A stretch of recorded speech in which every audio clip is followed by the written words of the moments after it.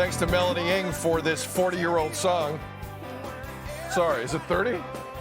Recent. No one said it had to be recent. Nobody said recent. We were asked to give our summer songs, and Mel went deep in the archives. I don't hate. Look at that. Good for you, Mel. Counting crows. Yep, Counting Crows. Like it came out yesterday. Very, very meaningful. Yeah, well, you know, gray is my favorite color. Okay, cut me off.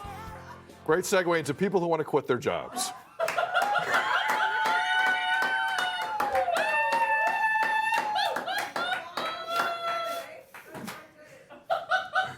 I don't, for the record. This is really nice here. Talked to Darth Vader today.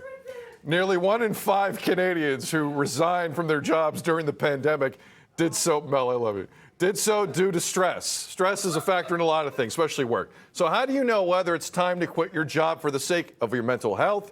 You heard a song you didn't like. There's so many factors on the table. Joining us this morning is psychotherapist Roxanne Francis. Roxanne, good morning. Mr. Jones, do you like that track? Do you remember that track?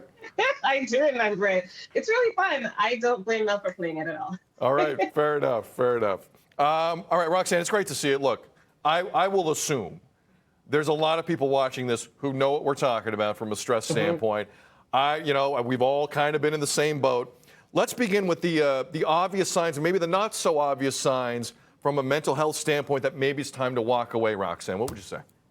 Yeah, I would say continually feeling frustrated at work, not being happy, dreading having to go into work. You know, we call it the Sunday scaries. You know, Sunday night you are feeling stressed, you are getting really upset, maybe even anxious about going into work on Monday. And sometimes people just see that as the run-of-the-mill stuff that happens when you have a job. You know, everyone loves the weekend. No one really likes Monday morning.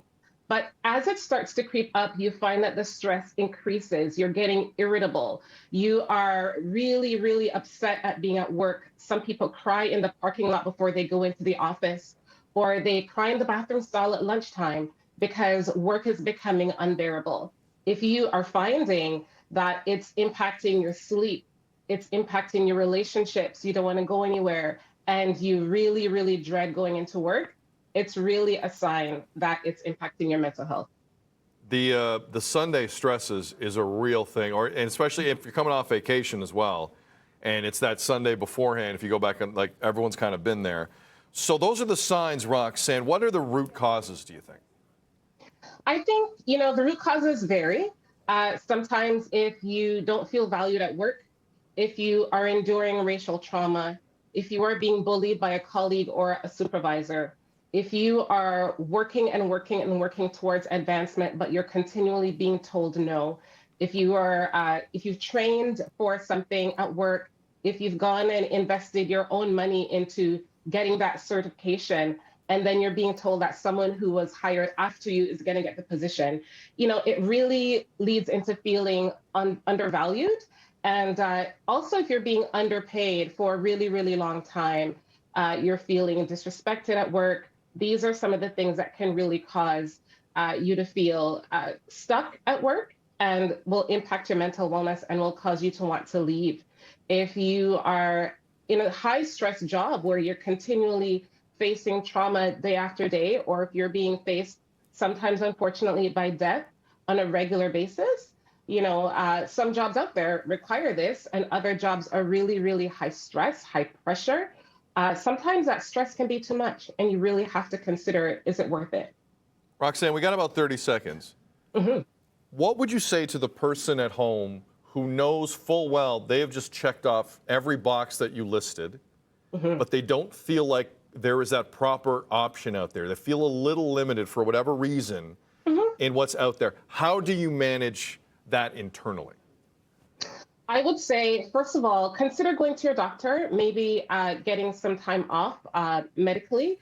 That would give you a time to regroup. But really, I think it's important to try to find some balance. Yes, work can be extremely stressful, but if you're not ready to leave, if you can't quit, find some things that bring you joy on the other side of your life to bring you as much balance as possible to help you manage that stress a little bit more. Roxanne, you're great. Where can people find more info? Where can people find you online? Yeah, you can find myself and my team at www.francispsychotherapy.com. You can also find me on social media at Francis Psychotherapy. And we're currently accepting clients. We talk about this stuff in therapy all the time. Roxanne, please come back. We Thoroughly will. enjoyed this conversation, and it's a conversation we should continue. Have a great day. Appreciate you. Thank you. Thank you so much. Take care.